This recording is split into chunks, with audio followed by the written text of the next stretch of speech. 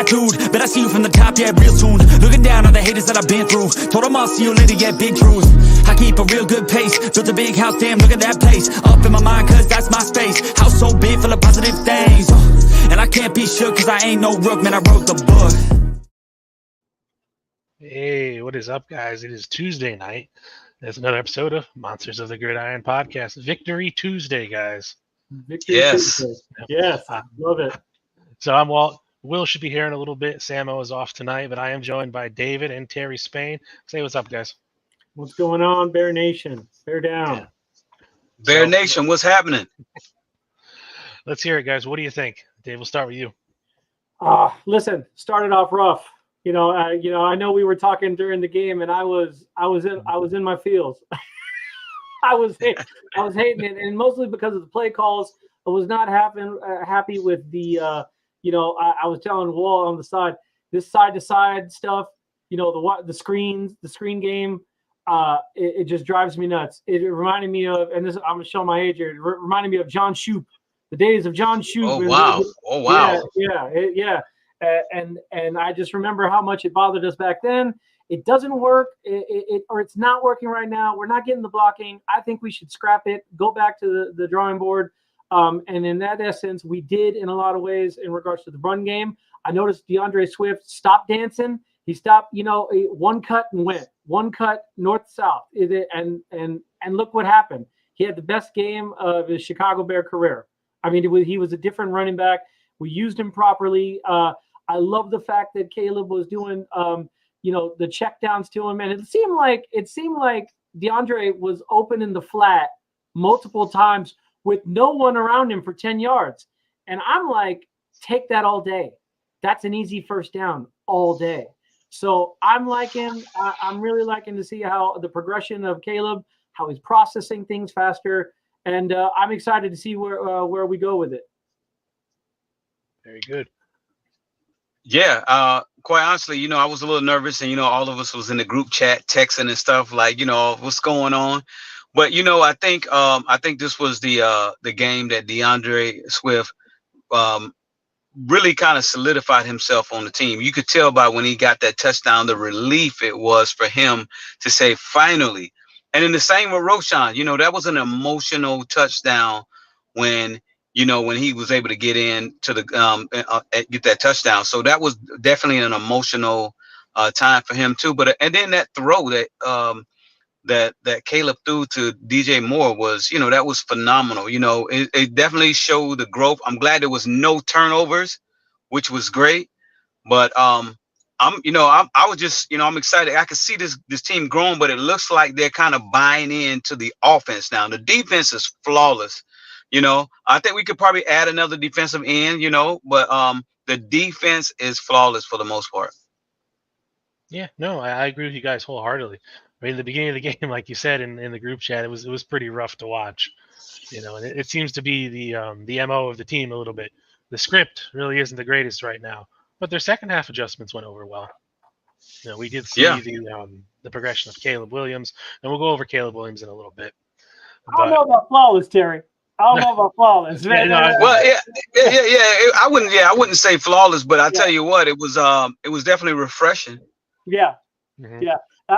What's bugging me is we're not quite where we were last year in regards to stopping the run. I thought, Kyron Williams was he averaged 5 yards a carry, and we had a lot of problems. We had a lot of problems in the first half stopping that guy. And that zone scheme, he was picking us apart, man. It's like it's 3rd and 14, and they getting 17 yards, and I'm like, how? So I could definitely understand that. Third and long kills us for some reason. I've said this for years. I almost prefer a 3rd and 5 over a 3rd and 15 because for whatever reason we play a soft zone and a good quarterback. They drop back and they pick up 16. It drives me nuts. Yeah. I don't know why. it happens to us. Yeah. Yeah, it's just that old Matt Eberflus soft zone defense. Like you said, it's hard to watch week in and week out. The same things happening over and over again in terms of that. I'm with you. And like you said, the run defense just isn't there right now. I'm not really sure why that is. The players have gotten better. there's Montez Sweat. They kept DeMarcus Walker out there to help with the edge, and Billings and Dexter have definitely grown. So I'm not sure exactly Of what's course. going on with the. Well, Zach Pickens haven't played. Yeah. Hopefully we can get him back too. You know what I mean? That's another run stopper. Yeah. So we'll see. Yeah. It's a tough call, but you know what? We'll hit the offense and the defense in and of itself in just a little bit. But I do want to get to some good news, and that's the players of the game for this week. I brought up 3, so let's do it.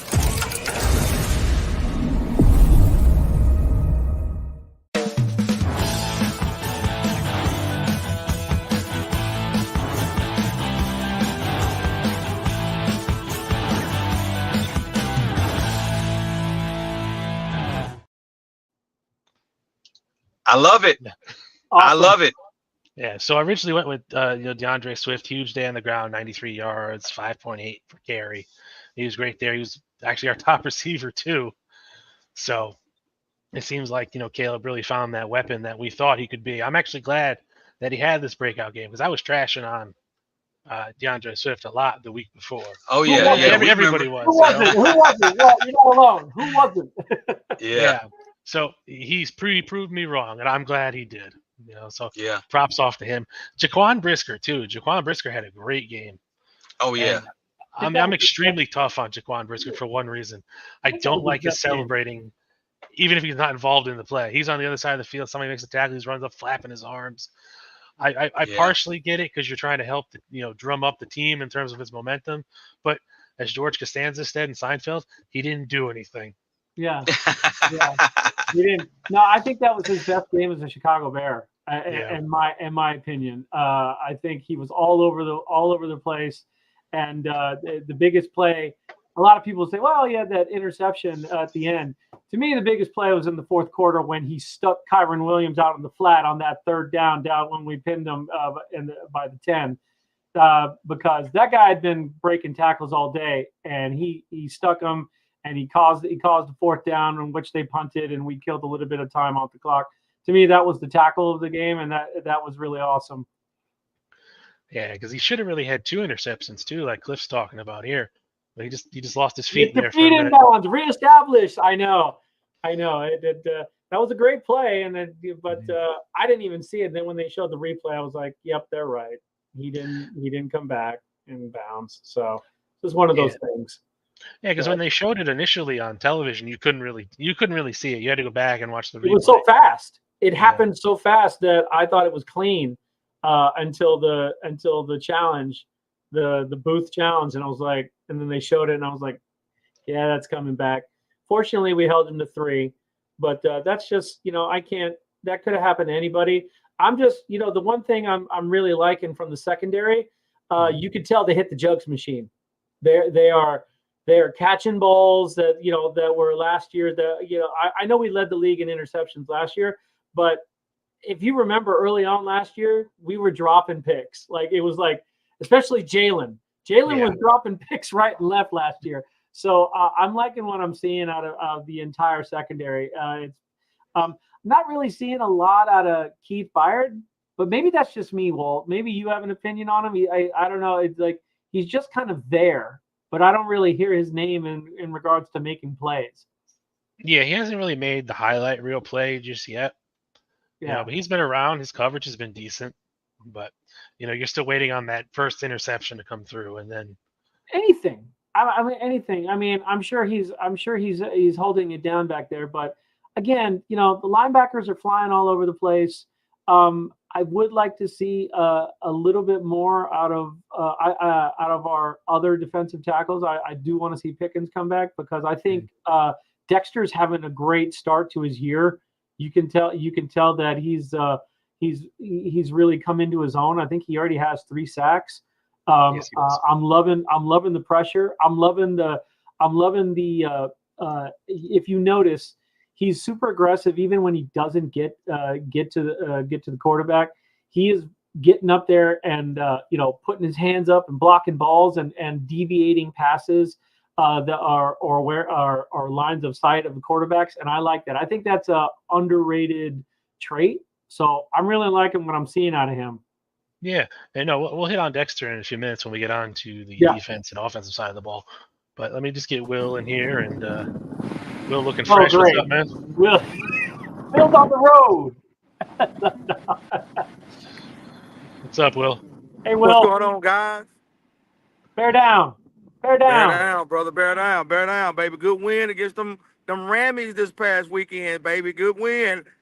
Boy, as we do this post game and critique, man, the first thing that comes to mind is just watching Braxton Jones get whipped. I thought I was watching Django the way he was getting whipped by Jared Verse. Well, it's Jared Verse. I mean, we knew Jared Verse was a stud coming out of Florida State. And you know, what's funny is they said Braxton Jones gave up 2 sacks, but both of them were negated by penalties. Yeah. And so I was like, all right, we'll let that slide. But he really was getting beat up. I mean, Jared was really either speed or bull rushing Braxton. So, I mean, I think a lot of that comes down to technique, keeping his bait. I think he was a little too high on Jared on a couple of his blocks. But it's Braxton Jones. I mean, what can we say? I mean, what was he, a 4th rounder, Walt? 4th? Yeah. He No, was fifth round. He was Southern 5th. He's picked Utah. 168. Yeah, I mean, I can't really complain about Braxton. He's he's playing. He's doing his best against some really elite pass rushers. Honestly, what's concerned me the first couple of weeks is the other side. Darnell. I don't know what's going on with Darnell. He's kind of regressed a bit in regards to his protection and his run blocking. I don't know if I've read and heard things that he's not 100%, but maybe that's just me. Well, I mean, what do you think? Yeah, he had that back issue that popped up earlier in the week, and from what most people are saying, it's more than likely an injury that's been there a while. So, what you're saying isn't exactly off the mark in terms of maybe he's dealing with something behind the scenes and has been for a little while. I would agree with that 100%. But yeah, Darnell Wright hasn't been the greatest at all. He's a top 10 pick, but right now he hasn't really shown it all that much, especially this year. Last year he was good, but you're looking at the very first game of the year against Tennessee. He was excellent in terms of pass blocking. Houston, he was god awful. He rated under 40, and he's kind of brought it back these last 2 weeks, but his penalties are still there. He's got 3 on the year. He had 2 in the game against LA. So he's got to clean that up. Braxton's the same way too. They both get a lot of penalties, and it's going to come back and bite us in the ass. Boy, great segue. Well, let's talk about penalties. Yeah. Let's talk about pre-snap penalties. Man, I want to hammer that home, Dave, because Cole Kmet, I stopped counting after 2 with him. Yeah, I mean, look, I don't care about the dive catch that he got. That was cute and all, but however, those penalties are drive stoppers. Yeah. Like if you got the momentum, they could kill momentum with these penalties. And we quite honestly, it's quite embarrassing because we're in the week 4, and you're still having these bonehead, penalties. It speaks volume on the coaching staff. Mm-hmm. Yeah. But I'm gonna be honest, Terry. I'm gonna be honest. I'm not putting that on the coaching staff. I'm putting that on the player. Because you put it on the coaching staff because you pull them out, or you start finding these folks when they get these penalties. Now I agree with that because Cole Kmet, he's in year 4. So at the end of the day, like, you can't forget the snap count. Like you're not a rookie guy. Like, you got to be locked in. You know what I'm saying? Because all of these penalties are putting us behind the chain, and we got a rookie quarterback that we're relying on and want to put pressure on for him to go out here and get 10, 15 yards when we're ahead of the sticks. And you making these type of, like you said, drive-killing bonehead plays that, come on, we in game 4, guys. Like one thing we always talk about, and I know we played many, many years ago, but one thing we did, we was locked in.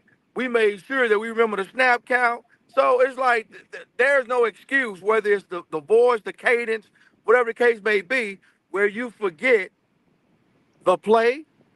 If it's on 2, if it's on 3, if it's a hard count, like, I'm sorry. And you at home. You're not on the road. You're at home. Well, not only that, but let's not give Cole Cole is in year 4 and he already got that bag. This is stuff that he is not supposed to be doing anymore. He's been paid and paid handsomely. So, I think he had 3 costly penalties in this last game. And yeah, I'm with Terry. he did make that great catch. But I kind of credited that more with Caleb putting it on him but that's what Cole always catches. Cole and hands are not a problem. It's Cole and his feet and his pre-snap actions are a problem.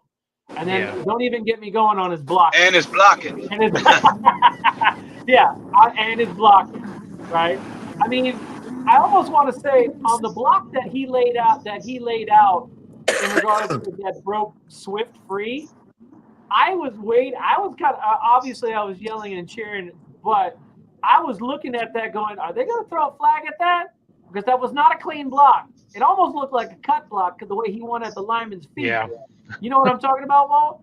I saw that. And I was like, ooh, I think he kind of got away with that, and we'll let that go.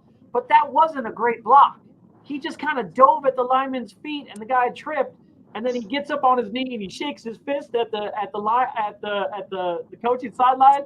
And I was over there going, Cole, get up. You didn't make a great block, buddy.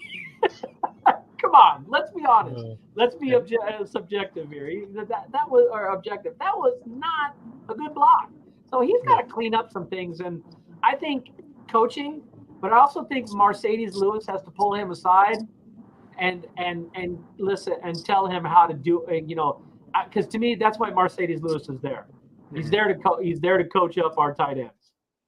Yeah, and I like Jigsaw's comment here I'll too. tell y'all guys like this. Go I'll ahead. tell y'all like this. I watched Detroit last night against Seattle. I watched Minnesota against Green Bay.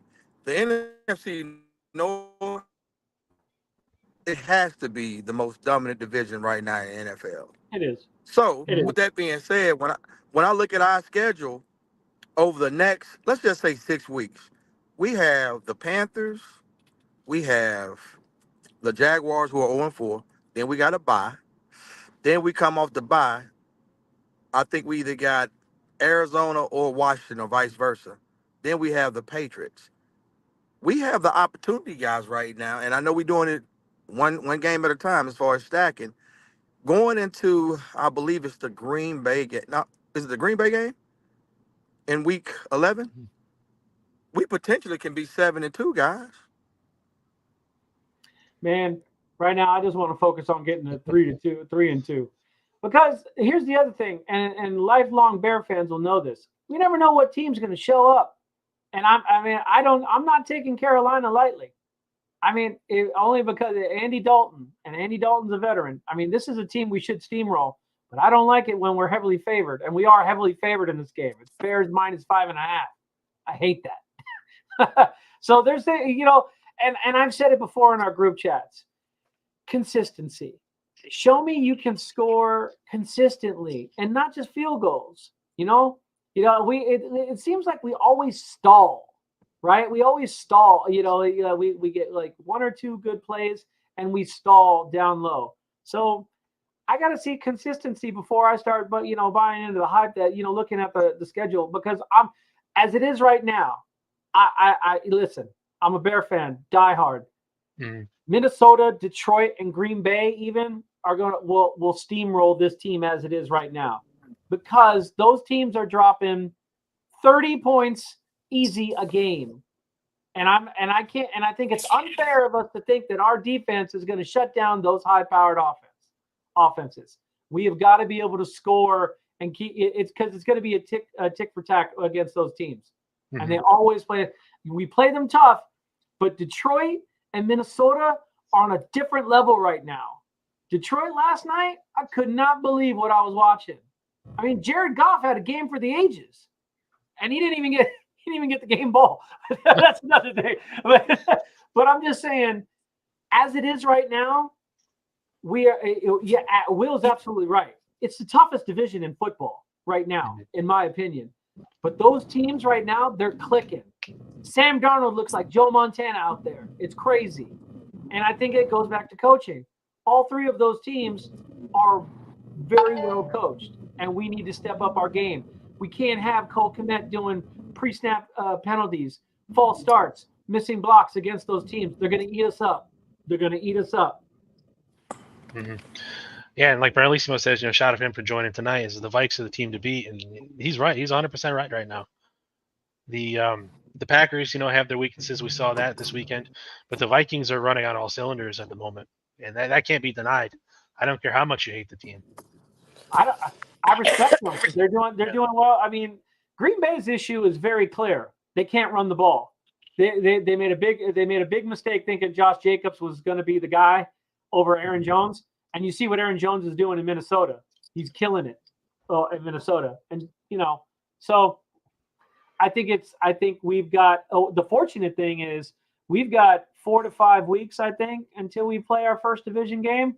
We've got a lot of time to clean it up, because we're gonna need to clean it up, because come that fourth quarter of the season, the third to fourth quarter of the season, when we start playing them consecutively, dude, we have to be on our game, both sides of the ball. Yeah, like Cliff says, week 11. That's when the there you go. That's when the bullets really start flying. Right now, it's just we're testing. Called it. Week 11. Mm-hmm. So these are the games that are absolutely winnable on paper, but if we go out there and like close game Carolina, close game the Jaguars, I'm going to be concerned, because they shouldn't be close games. Those are awful teams. Awful. Oh man. But yeah, we've been talking about Caleb for a little while, but Bellissimo said here a little while ago, says, why is no one talking about the fact that we are out of under center far more, and all of a sudden we can run the offense better? Coincidence? I think not. What do you guys think on that? So what are we saying? That we're better at shotgun? We're a better offense when we're under the shotgun, or because this is? I mean, Caleb was never under center in college, pretty much. Well, at a minimum, with Coleman Shelton being able to get more leverage, because I got you, Cliff. So you're saying we're better under center. I think it's, and we lost Will. I think it's, it's better under center because it leaves the defense guessing. And I think that Caleb can be sneaky good and deceptive at play action. I'd like to see more play action, and we're only going to see more play action if we continue to run the ball effectively, which is why I respect Khalil Herbert, but I want to see more Roschon Johnson. I want to see more Roschon. I think Roschon should get at least 8 to 10 touches a game. You see, he breaks tackles behind the line of scrimmage. He's not easy to take down. I mean, he literally falls for 4 yards. And then when you do that, you grind like that. They have to respect the run, and it leads to those play action plays under center. So I'm with it. But what couldn't we do the first 3 weeks of the season? We couldn't run the ball. We just haven't been able to run the ball.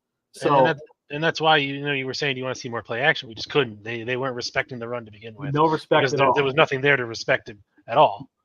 But right. we saw what we wanted to from DeAndre Swift this year, and we saw what Roschon can be too these past 2 weeks. He still almost got 4 yards of carry this week, got only 26 yards, but the kid is a battering ram right now. Well, I mean, that's what he was. That's what he was used for at Texas, and that he was the short yardage guy. And Bijan Robinson was the big play guy. But he's very, he's very big. He's very upright, but he's a big dude. I've said, like I said, I've been next. He's a big guy. So I'm pretty excited about, I think somebody called it like thunder and lightning.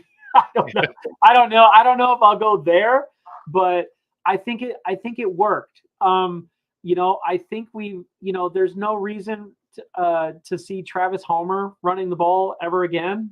That's just me.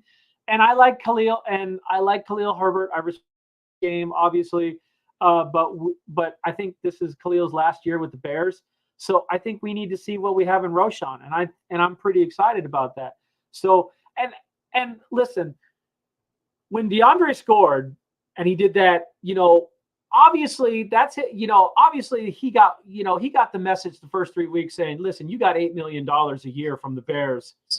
And you're the worst running back in the league. It's time for you to show up. So it was a breath of fresh air. There was a sign of relief. He did show a lot of that athletic ability that he has.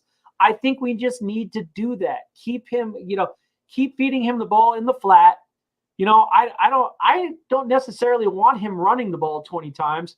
I would rather him run the ball 10 to 12 times and get about 6 to 8 receptions, because he's dangerous in the open field.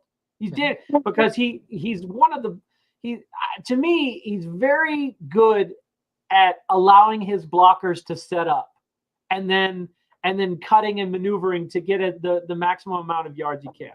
So he's not. And then short yardage, we made the absolute right move at the end of the game, not running him. Put Roschon in there. It's 3rd and 2. Here you go, Roschon. Go win go get a first down so we can kill the clock. And there was a guy in the backfield, number 8 or number 9 from the Rams, got in the backfield, looked like he was going to make a play. Roschon shrugged him off, and got the first down. That's what I'm talking about. Well, that was Jared Verse that swim past Braxton Jones, and he had Roschon dead to rights in the backfield. But all that good training that Roschon did down here in Dallas, with 300, the running backs training coach, it looked like it paid off. So, like everything you said is spot on, David. Go on to center more. Let's keep utilizing DeAndre Swift in the flat, because 1-on-1 with linebackers, that's a mismatch. But also, I want to see some more max protection and throws down the field to DJ and Keenan down the seam. Because ultimately it's time to get this offense unlocked. Because when it gets cold, guess what? Everybody's gonna put 8 in the box. So we got to get the downfield passing game going, guys. Because I'm looking at, I think DJ got 22 catches for 169 yards, and I'm like no, DJ normally averages about 12 to 15 yards of reception, and that's because they're doing a lot of bubble screens and a lot of flat passes to DJ, and there's no blocking going on. So guess what? He's pretty much getting stuffed at the point of attack. So it's time to figure out a way with Max Pro to open up our downfield passing game, guys. That's a good point, and I'm with you. Nobody wants to see it more than me, but intermediate passes, the 5 to 9 yard stuff, Caleb is lights out. He's super accurate. It's just not. He is missing the downfield stuff. Right? There was that seam pass to DJ on the sideline where DJ let up, stopped running for some reason, and Caleb thought he was going into the end zone, and it just sailed. There's a lot of downfield communication or bad routes going on. We're just not hitting the deep game, and I am kind of concerned about that. But I think it'll come. I think that we need more reps. I can see the frustration all over DJ's face. Obviously, we're all frustrated, but we got to give it time. We just got to give it time. Yeah, and to your point, David, the deep throws haven't been that great. He's only 3 for 22 past 20 yards. Yeah. But his accuracy from medium short range is immaculate. Actually, medium range 10 to 19, it's pretty good. He's 12 for 18, that's 66%, and short yard is 0 to 9. He's 49 for 59, 83%, 92% behind the line. So we have to clear up the communication issue with the wide receivers moving forward in terms of their deep plays, like we saw with DJ, where he kind of started off soft running down the field and then realized, this is where Caleb's going to go. I got to pick up speed. Yep. So, and we're seeing that with all the wide receivers too. So the quarterback and the wide receiver room has to get together and they have to figure out what's going on. And I just wanted to backtrack to Berlissimo here. He's talking about Braxton Jones. I completely agree. After watching a rookie, Jared Verse, manhandle that man on Sunday, it was kind of an embarrassment in terms of pass protection. I mean, if I understand that Braxton Jones is a fifth round pick, but you've been in the league 3-4 years now, and you're still making elementary mistakes. Yeah. I'm not sure I understand Judah's comments, but Judah, it's not going to happen, man. Badgin's not going to come in and be the savior and run the offense any better than Caleb. He's going to have the same protection. Guy in the chat, Judah Tribe. I mean, I understand the frustration. I understand, but Badgin's not going to come in and run the offense any better than Caleb, because he's going to have the same protections and the same schemes. I mean, again, this starts with Waldron, and what frustrates me about Waldron is he's not a rookie OC. This is not he's not a rookie OC. I just think he's trying to feel out what works and what doesn't. He needs to understand Caleb is not Geno Smith.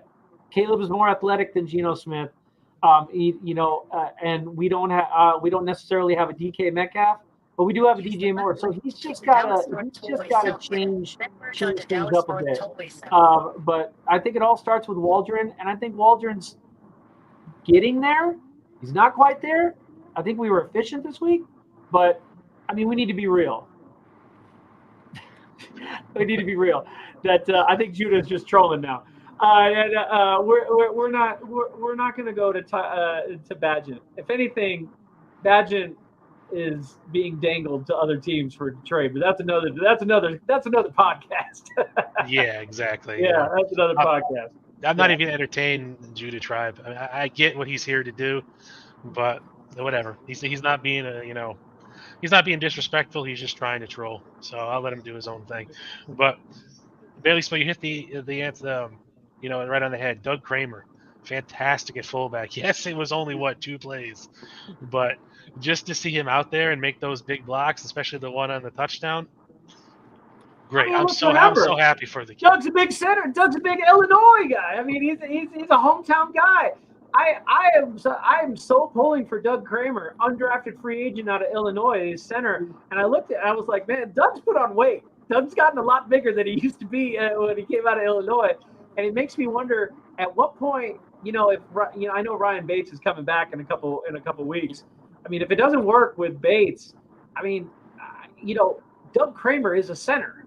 Yeah, I mean, that's his natural position. But it seems like we're trying to get him involved at fullback, which I thought was hilarious. But it worked both times. Yeah, and Billy was saying here in the chat, and you said it here now. I want to see Doug Kramer at center. I mean, Coleman Shelton, I like the guy. Yeah. I want him to succeed, but he hasn't. So would it really hurt giving him reps at center? I don't think so. I don't think so. It's his natural position. That's what he played. And to back it up a little bit, look at what happened with Nate Davis, right? You end up benching Nate Davis. He comes back and is one of your top pass blockers in terms of their PFF grade. He graded like an 80 and some change, I think, for this Sunday. He did. So maybe some time on the bench would do good for Coleman Shelton. Reset him a little bit. Maybe. I think there's concern there. Again, Tevin went down with a rib injury. Nate Davis had to come back in. He's another one where he's not playing his best football. But every time we talk about benching and getting Nate Davis out of there, he just comes on back in. Some kind of situation happens in the game, and it ends up becoming a we have no choice scenario, and we put him back in. Yeah, that's the football guys right there. Yeah. We will not be rid of Nate Davis until he is actually cut. So, in one way, shape, or form, that guy is going to play on Sundays. It's just going to happen. Yeah. Unfortunately. Yeah, it is what it is. And unfortunately, Berlissimo, we couldn't have drafted JPJ and Zach Frazier with the trajectory we had in the draft. It's just a fact, unfortunately. No, I mean, I like both guys. I wanted either one, honestly, but it just didn't happen. But like you said, we can be dreaming of that Alabama center. Any center. I think he's definitely an option. First 2 picks in the draft next year are guard and center. It's going to be guard and center. Yeah. The first 2, the first 5 or 6, unless we get that running back from Boise State. However you want to do it, Will. No, we're not going to go to any Florida State players because that team is in shambles. Yeah. You know what, guys? I don't know if you've been watching much LSU football, but you got to watch the 2 defensive ends on LSU right now and the 2 tackles. If you miss everything else in the game, you watch all those 4 guys, you're going to be in for a show. We'll do. Absolutely. So do we want to flip it to the other side of the ball, or do we want to talk about who I thought was the MVP, Mr. Torrey Taylor, with the let's hit Torrey Taylor, then we'll swap over to the defense. So Torrey Taylor, boy, that guy, his repertoire. whether he's kicking 50 yards or he has to go or he has a full field. It's kind of like reminds me of having a set of golf clubs. He's got a driver, he's got a pitch and wedge, he's got a 3-wood. I mean, the guy is just phenomenal. I mean, he really did flip the field. Yeah, he needed a big game too because his numbers haven't been all that great, right, in terms of across the board. But his average hang time went up almost a full second from the Indianapolis game. He had that huge punt, 66 yards. That's now his career high. Yeah. In the NFL. Yeah. Yeah. So he had two returns, one in each of the last 2 games, versus 8 in the first 2. So it just kind of, but what Ryan Paul said after drafting him kind of just came into fruition as to how this guy was capable of flipping the field and keeping us in close games. I mean, the scenario in which Ryan Paul talked about in games to where it's a close match and how we will need the importance of having a punter being able to flip the field and put our defense in the best spot possible to hold the game and win it, played out in this game multiple times. And that's what blew me away. Like each time he flipped the field and our defense was able to go out there and pin them and pin their ears back, go after Stafford and hold them. And I attribute that to Taylor. That was just a ridiculous 2 to 3 ridiculous kicks that really kept the game close. Yeah, and you're talking about the draft of Ryan Poles, and I'll admit, I didn't want to take him in the 4th round. Right. I felt it was almost a wasted pick at the time. I'll be honest. I still have inkling on that a little bit. I mean, I'm warmed up to him, but there was also the punter out of BYU that Cincy picked up, I think, as an undrafted free agent, who's putting up slightly better numbers than him, and they didn't have to waste a draft pick on him. But It is what it is. Honestly, he's here and he's making the most of it. And he had an amazing game on Sunday. So he did. I can't take that away from him. No, you can't. So to me, that was a coming out party. So there you go. Yeah. So you needed that. But let's jump over to the defense. What are your initial thoughts, Dave? Well, I think I already spoke about, I think, Dexter is coming out. Dexter, I mean, listen, I'm going to keep it real. I'm not going to say, oh, he's the next Tommy Harris, but he's doing what we want him to do, or he's taking up blockers. He's getting to the quarterback. I think he's on his way to being a really good dominant 3 technique. Obviously the off season in which he really hit the weight room is showing. We do miss, I think, Billings is Billings. He's a plug. He's doing great. Montez Sweat to me had his best game of the year with the strip sack and the deflection on that 3rd down, the Stafford to Kyron. I mean, that saved, to me, that took points off the board. I listen, I can go on and on about the secondary. Brisker's best game as a Chicago Bear. He was lights out. Kyler Gordon, to me, is super solid. Stevenson, I love how aggressive Stevenson is in tackling that. Stevenson made a play in regards to it was a screen pass and he shed a block and he made a touchdown saving tackle on the edge to Kyron Williams when they were in the red zone that led to them kicking a field goal. Stevenson, I'm loving his progression. He gets a little bit handsy and he gets flags called on him, but I can live with that. And Jalen's Jalen. Jalen was, if I'm being honest, we were really fortunate to play the Rams without Puka and Cooper Kupp. Yeah. I mean, let's just be real. But I think our secondary is one of our strengths. And there's who we're playing this week. I mean, I can't even. I mean, they got Xavier Legette, and who else? So to me, it's like we should be able to, I think, pick Andy off a couple times off of pressure. But I'm loving the defense right now. I think we have an issue stopping the run, but I think we just need to get healthy. I would love to get Pickens back, like you mentioned earlier, Walt. Mhm. DeMarcus Walker's good at sealing the edge.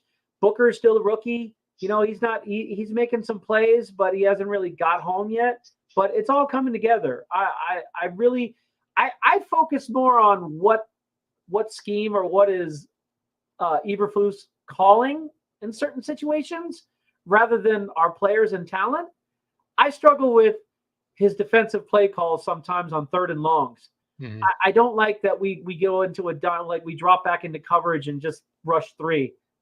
No, don't. I'm sorry. Pressure Matt Stafford. We've only been playing Matt Stafford for what? Over a decade? You know how to beat Matt Stafford. You We pressure him. should. Yeah, you get in Matt Stafford's face, he is a turnover machine. And I respect Matt Stafford, but he is. He's a turnover machine if you pressure him. So you pressure him. So, I like where the defense is at. I just struggle with Eberflus and some of the things and some of the packages he calls. I don't think he blitzes enough. And if he does, it's usually a delayed blitz, and I'm not a huge fan of that. I would just prefer just send them right then and there. Hey, did you notice they had Tremaine Edmonds line up in almost like a 3-4 I did. at some point? I Yeah. forget what it was. It was earlier in the game, but it was Yeah. interesting to see. It's something different. And Yeah. Bear Truth and I was talking about needing more interior pressure and another solid D tackle, which I get his logic here. We definitely could use another defensive tackle to pick up behind Dexter and Billings, but Dexter and Billings right now are your 2 and your 3 in terms of total pressures on the team, with 9 and 8 respectively. So Yeah. That's what I mean. I- Dexter's getting home. yeah. Dexter is. I cannot believe he already has 3 sacks. Mhm. He almost had a 4th, but yeah, I'm not too worried about that. It's really the edge on the opposite side of Sweat. I know. We know as Bear fans, we're not going to get a lot of sacks out of DeMarcus Walker. That's not his role. His role is to seal the edge and stop the run. He doesn't really get after the quarterback. Yeah, no, I like D-Walk, but at the same time, you need something on the opposite side of Montez Sweat that can get to the quarterback Yeah. and still, stop the run too. And maybe Hassan Reddick could be making his way to Chicago. You never know.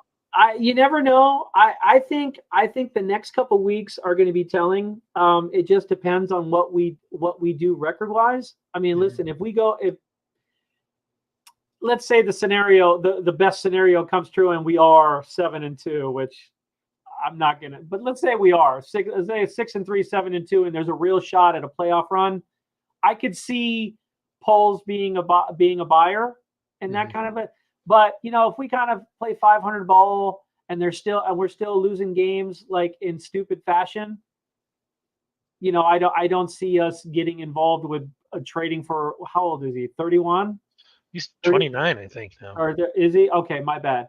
But I thought he was closer to 30 than he was. I thought he was over 30. But I don't see us. If anything, I'd see us being more aggressive and trading for teams with an abundance and over an abundance of interior linemen. And that's a big discussion right now. I know you've heard it. With the Chiefs, the Keenan Allen rumors. And they've got a guard that's coming up on free agency. That's one of the best guards in football. That's coming up on a big payday that they're not going to be able to pay. They're not going to be able to pay. I think that's a dream scenario. I don't really buy. I just think that's clickbait. I just don't think we can get. I don't think we're there yet. Yeah, the Keenan Allen trade is definitely clickbait at this point. Yeah. I don't see. The Chiefs are 4-0 right now. They're not moving anyone Yeah. unless they absolutely have to. And that would be more so the guy comes to them and says, "Hey, I want out," because he knows he's not going to be back next year. But that's a perfect point. They're 4-0. They're not desperate. They can. Don't they still have? And correct me if I'm wrong. Don't they still have Juju Schuster, or is he gone? No, I think they got him after he was released by the Patriots. So they have guys. Xavier Worthy's a rookie, and they got Sky Moore still, and then they got Juju Schuster. They still have Kelsey, and they still have, one of, if not the best coach in football right now, and the best quarterback. I like King Vuka here. He says, "Chiefs, you mean KC and the Sunshine refs?" Yeah. I'm not gonna. Hey, King Booker is absolutely right. They should be 2-2, but that's the NFL, man. Listen, I'm friends with the Chief fan, and he doesn't want to hear it because I told him you got to wait with 2, and he doesn't want to hear it. But that's the Chiefs. They get the calls.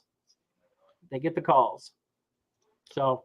Yeah, and like Jailbreak said, like Taylor has looked good coming off the edge. He definitely has. And the reason why I brought up Hassan Reddick is he can't go back to Philadelphia, even though he said he would be willing to do that. That's against the rules. So you have to wait at least 2 years to reacquire a player. So that's off the table. He's not playing for the New York Jets right now. There's a definite dispute in terms of his contract between ownership and his team. Yeah. His camp. How is that affecting the locker room too? Even if he were to come back and play for them, I don't know. I think that relationship is gone. The Jets need to just cut their losses, and it's a buyer's market in terms of Hassan Reddick. So you can get him for a song at this point. You're not going to be paying top dollar. I agree. But again, to my point, it just depends on where we are by the trade deadline. If we're pushing to where we have an actual real shot, at not only winning the division but making a playoff run, and a glaring issue is pass rush, and we're about to get into those games going against Goff, Darnold, and Love, and we're just not getting to the quarterback, but we've got a really good record and a really good shot. Okay, I could see us doing that. I think it's too soon right now. Soon. Yeah, no, most definitely. I got the schedule here. Yeah, so if we end up winning against the Panthers and the Jaguars, we go into the bye week, and then we go into Washington, and week 8, Cardinals, week 9, week 10, the Patriots. Those are some easy games. I mean, the Washington one's going to be really fun to watch. It's going to be great to watch. That's going to be listen, because the media already hates Caleb for whatever reason. They're already Shannon Sharp today and his comments of like, the Bear, we picked the wrong guy. I don't understand the constant media drive to. It doesn't matter who we take or what we do. It's always the wrong person. But I'll tell you what, Shannon Sharp is an absolute clown if he's going to stand there and say on draft day, if he was the Bears that won, that he would have taken Jaden Daniels. Because I'm telling you right now, I will tell you that he's a liar. He didn't have, there's no GM in the league that would have done that. And I would remind Shannon and all other folks that Washington desperately tried to trade up not to take Jaden Daniels. They wanted Caleb. Desperate. And so give me a break. I mean, I respect Jaden. I put respect on his name, but he's not beating people with his arm. He's running a college offense and he's running. And I'm sorry. And I said this today. I was tweeting out today. I respect his game, but he is if they go this path with Jaden Daniels, he's going to end up having a career like RG3. He's going to get hurt. It's going to happen. And he doesn't like the slide. He just likes to go forward. So I'm just saying, I'm not worried about that. It's going to be an awesome game. I think that's good that Jaden Daniels, Caleb Williams is at the perfect time. Because to me, Caleb is only getting better from a QBR perspective and a completion perspective. It's all going up. I think he's calling out the plays and calling the defenses much better. Obviously turnovers were an issue the first couple weeks where he was playing hero ball and just chucking it up. He didn't do that this week, Walt. It was awesome. So I like where he's going. I love where he's going. And I know the numbers aren't gaudy, but they were good. He was good when he needed to be. He made the throws when he needed. I mean, I'm sorry. That throw to DJ Moore, if you look at the window of where he put that ball at the back of the end zone, ridiculous. So I like where he's going. Obviously, I don't like him taking that many hits. He took a lot of hits, but it's going to be fun. It's going to be fun when we play Jaden Daniels because I do like Jaden Daniels a lot. I just think it's dangerous the way that he plays. He plays a lot of. He just takes off. I think he's just going to catch up to him, and I think we're going to be ready for that from a defensive standpoint. I think the Bears might be the first team that he plays that actually makes him throw the ball a little bit more than he's doing now. I think that's what's going to be fun about it. No, that's why I wanted just to quickly include, Caleb's stats for the week. And you were saying his completion percentage went up to 73.9, called 74. He Yeah. was only throwing about 63.5 last week. Right. So every week we've seen it. I mean, do you want the passing numbers up? Sure. But the average yard per completion is just fine at 9.2. 0 turnovers, that's the big thing. No interceptions, only the 1 touchdown, but it is what it is. And he took 3 sacks. Yeah. You know? I mean, listen, I'll take this and the W over a quarterback throwing for 300, running for 50, and losing. Mhm. I'll take, And, I'll and take at the end of the day, all all that matters is the W, right? Yeah, the W. That's it. That's it. Because So, you can have big games down the road. If you don't win, it doesn't matter. Just like you absolutely. said. And it was nice to see him actually take off and do one run instead. I forget when it was. It was maybe the second or third quarter where he just came in, got the first down, did that Yeah, nice slide. kind of like swooped around. He did the fake handoff and came around and then ran and slid and got the first down. I was like, Mhm. obviously, I'm like, that's a design play. I mean, I know we don't want him to run a lot, but I It was mean, nice to see. It was it, something different. it was something different. Yeah. So, Mhm. So there was that. I mean, defensive wise, like you said, we got to get a few more games under our belt to see where we make a move. I don't really see Poles. I mean, the problem is I don't see Poles having a market in terms of anybody on the offensive line that's good or better than what you have. That's the problem. You could find somebody. You could find a Dan Feeney for a 6th-round pick or whomever, but is he really going to be any better than what you have right now? not really. That's the question, and that's why I brought up the edge trade over that, just because you can find edge rushers that are out there and good ones that people are willing to part with for whatever reason. I agree. I just don't think like you said, and I know It's too early. it's too early. Let's see where we land. But yeah, I mean, I don't know. Good showing by the defense overall. Like I said, we got to work on the run defense just a little bit. It's not up to snuff where it was the year before. So No, and again, I think that's just schemes. Guys not staying in their gaps. I think we'll get there. I'm really not worried. I'm really not worried about the run defense. I think it's not Jack Campbell, or I'm sorry, why did I say Jack Campbell? I was watching Detroit last night. Edwards and Edmonds, those guys are studs. Again, this goes back to guys standing in the gaps, knowing their role, plugging the holes, and making the tackles. And I think we'll be fine there. I'm not really worried about that. I just need Eberflus to be consistent in what he's calling and to be. And I like Washington. I think Washington has brought a niche to our defensive line. I think our defensive line is playing a lot more aggressive. We just don't blitz enough. I just don't think we blitz. We don't pin our ears back enough. And I would like to see us be a little bit more aggressive. Yeah, see, I don't know if that's an MO of Washington himself or more so Matt Eberflus trying to come in and be like, this is still my defense, so we're going to run it my way, because I think we saw more blitzes in the preseason when Washington took over the play calling during those sets of games than we did now. Yeah, we did. And overall, I just want Matt Eberflus to step away from both sides of the ball.